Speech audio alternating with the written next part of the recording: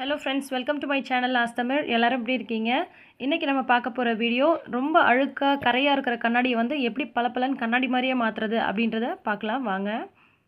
இப்போ நீங்கள் பார்த்துட்டு இருக்க கண்ணாடி பாருங்கள், ஃப்ளாஷ் வச்சுருக்கனால அதில் எவ்வளோ அழுக்கு இருக்குது அப்படின்றது நமக்கு நல்லாவே தெரியுது. ஸோ இதை வந்து நம்ம பர்ஃபெக்டாக க்ளீன் பண்ண போகிறோம். இதுக்கு தேவையான பொருள் பார்த்திங்கன்னா ரெண்டு பொருள் தான் ரொம்ப பர்ஃபெக்டாக க்ளீன் பண்ணுறதுக்கு.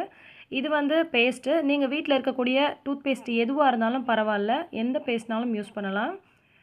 இது வந்து கொஞ்சமாக கையில் நான் எடுத்துக்கிட்டேன். பார்த்தீங்கன்னா உங்களுக்கே தெரியும், கொஞ்சமாக தான் எடுத்திருக்கேன். இதை வந்து அப்படியே டாட்டாக வந்து ஃபுல்லாக வந்து கண்ணாடி ஃபுல்லாக அங்கங்கே அப்ளை பண்ணிவிடுங்க.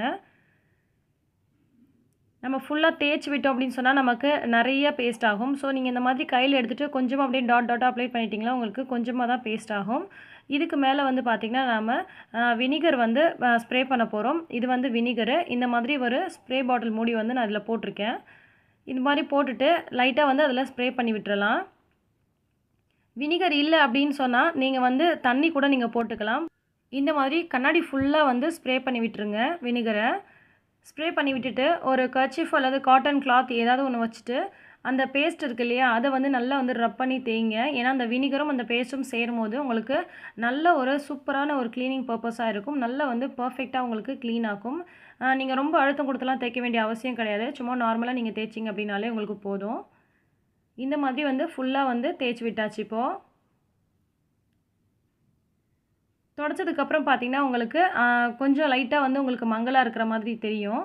அதுக்கு மேலே வந்து மறுபடியும் வந்து நான் வினிகர் வந்து ஸ்ப்ரே பண்ணி விடுறேன். தண்ணி கூட நீங்கள் வந்து ஸ்ப்ரே பண்ணிவிட்டு நீங்கள் தொடச்சி விட்டுறலாம். மறுபடியும் ஒரு காட்டன் கிளாத்தால், அதே கிளாத்தால் துடைக்காமல் ஒரு ட்ரை கிளாத்தால் மறுபடியும் வேறு ஒரு துணியால் எடுத்து தொடச்சிக்கோங்க. இதுக்கு பதிலாக நீங்கள் என்ன பண்ணலாம் அப்படின்னு சொன்னால் வெறும் பேஸ்ட்டை வச்சு கூட நீங்கள் க்ளீன் பண்ணலாம். அதே மாதிரியே வெறும் பேக்கிங் சோடா மட்டும் கூட போட்டு க்ளீன் பண்ணலாம். வெறும் வினிகர் மட்டுமே போட்டு க்ளீன் பண்ணலாம். வாழைப்பழம் சாப்பிட்டுட்டு அந்த தோலை வச்சு கூட நம்ம வந்து இதில் க்ளீன் பண்ணலாம்.